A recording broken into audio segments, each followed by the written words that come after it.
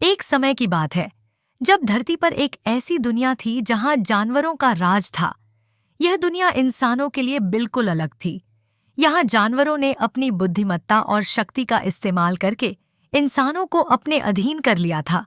इंसान अब जानवरों के नौकर थे, उनकी हर आज्ञा का पालन करने के लिए मजबूर। यह कहानी है उसी दुनिया की जहां जानवरों ने इंसानों से बदला लिया और उन्हें अपने अधीन कर लिया। यह दुनिया हमेशा से ऐसी नहीं थी। कई साल पहले जानवर और इंसान साथ साथ रहते थे। इंसानों ने जानवरों को अपने फायदे के लिए इस्तेमाल किया। वे उन्हें पालतू बनाते, उन पर सवारी करते और उनसे खेतों में काम लेते। जानवरों को इंसानों के अधीन रहना पड़ता था। लेकिन एक दिन कुछ ऐसा हुआ कि दुनिया ही बदल गई। एक रहस्यमयी घटना ने जानवरों को इंसानों से ज्यादा बुद्धिमान और शक्तिशाली बना दिया। अचानक जानवरों ने इंसानों की भाषा समझनी शुरू कर दी और उन्हें अपने अधीन करने का फैसला किया। उन्होंने इंसानों के खिलाफ विद्रोह कर दिया और धीरे धीरे पूरी दुनिया पर कब्जा कर लिया। इंसान अब जानवरों के नौकर बन गए। उन्हें जानवरों के लिए काम करना पड़ता था। कुत्ते, बिल्लियां, हाथी, शेर और यहाँ तक कि चूहे भी इंसानों को अपने अधीन रखते थे। यह दुनिया अब जानवरों की थी और इंसानों को उनकी हर आज्ञा माननी पड़ती थी। इस नई दुनिया में शेर राजा था। उसने अपने सिंहासन से पूरी दुनिया पर शासन किया।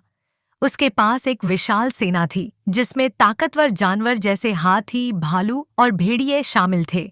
शेर ने इंसानों को अपने महल में नौकर बना लिया था। वे उसके लिए खाना बनाते, उसके कपड़े धोते और उसके महल की सफाई करते। राजा शेर बहुत क्रूर था। उसे इंसानों से कोई सहानुभूति नहीं थी। वह उन्हें सिर्फ एक साधन के रूप में देखता था। उसका मानना था कि इंसानों ने सदियों तक जानवरों का शोषण किया है और अब उनकी बारी है बदला लेने की। एक दिन राजा शेर ने एक बड़ी सभा बुलाई।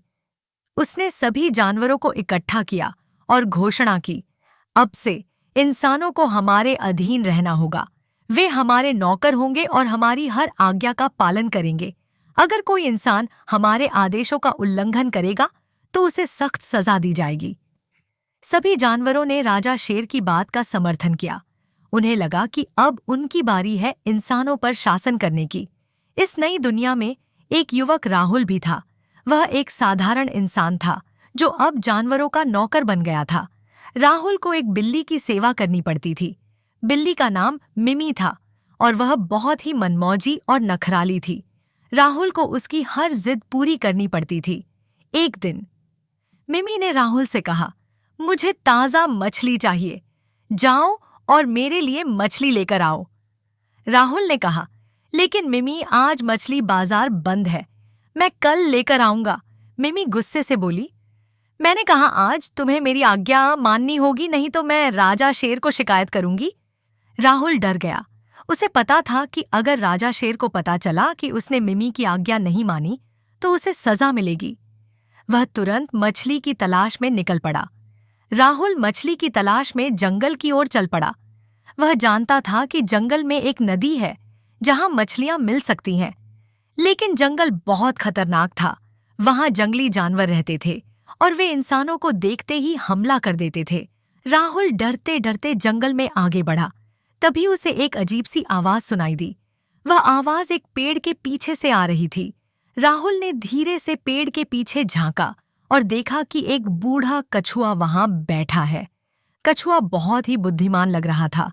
कछुआ बोला, तुम इंसान हो, है ना? तुम यहाँ क्या कर रहे हो? राहुल ने कहा, मैं मछली की तलाश में हूँ।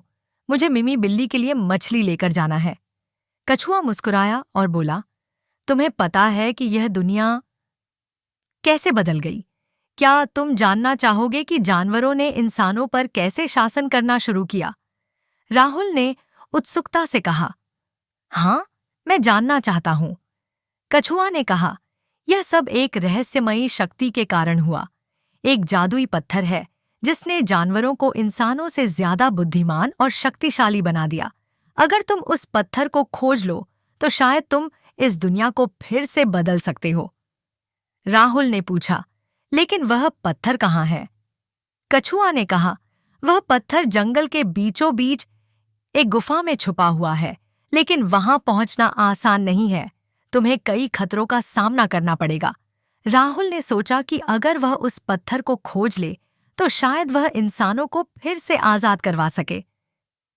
उसने कछुए को धन्यवाद दिया और जंगल की ओर बढ़ गया। राहुल जंगल में आगे बढ़ता गया। उसे कई जंगली जानवरों का सामना करना पड़ा, लेकिन वह चुपचाप उनसे बचता रहा। आखिरकार वह एक बड़ी गुफा के सामने पहुंचा। गुफा के अंदर अंधेरा था और वहां से एक अजीब सी ऊर्जा महसूस हो रही थी। राहुल ने हिम्मत जुटाई और गुफा के अंदर चला गया। अंदर जाकर उसने देखा कि एक चमकदार पत्थर वहां रखा हुआ है। पत्थर से एक अजीब सी रोशनी निकल रही थी।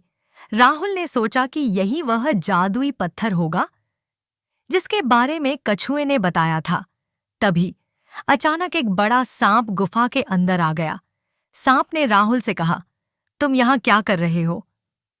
ये पत्थर हमारा है, तुम इसे छू नहीं सकते।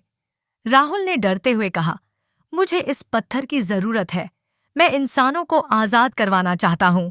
सांप ने कहा, अगर तुम इस पत्थर को ले जाओगे तो तुम्हें इसकी कीमत चुकानी पड़ेगी। क्या तुम तैयार हो? राहुल ने साहस जुटाया और कहा, हाँ, मैं तैयार हूं। सांप ने मुस्कुराया और कहा, तो ले जाओ, लेकिन याद रखना, इस पत्थर की शक्ति का इस्तेमाल सावधानी से करना। राहुल ने पत्थर को उठाया और गुफा से बाहर निकल आया। राहुल ने पत्थर को लेकर शहर की ओर वापस लौटना शुरू किया। जैसे जैसे वह आगे बढ़ता गया, उसने देखा कि पत्थर की रोशनी से जानवरों का व्यवहार बदलने लगा है। वे धीरे धीरे इंसानों के प्रति दयालु होने लगे। जब राहुल शहर पहुंचा तो उसने पत्थर को राजा शेर के सामने रख दिया। पत्थर की रोशनी से राजा शेर का दिल बदल गया। उसने इंसानों को आजाद करने का फैसला किया। राजा शेर ने घोषणा की, अब से इंसान और जानवर एक साथ रहेंगे। कोई किसी का नौकर नहीं होगा, हम सभी एक समान हैं। इस तरह राहुल ने अपनी बुद्धिमत्ता और साहस से दुनिया को फिर से बदल दिया। इंसान और जानवर एक साथ मिलकर रहने लगे और दुनिया में फिर से शांति और सद्भाव कायम हो गया। यह कहानी हमें सिखाती है कि शक्ति का सही इस्तेमाल करना चाहिए। जानवरों और इंसानों के बीच सहयोग और समझदारी से ही दुनिया को बेहतर बनाया जा सकता है।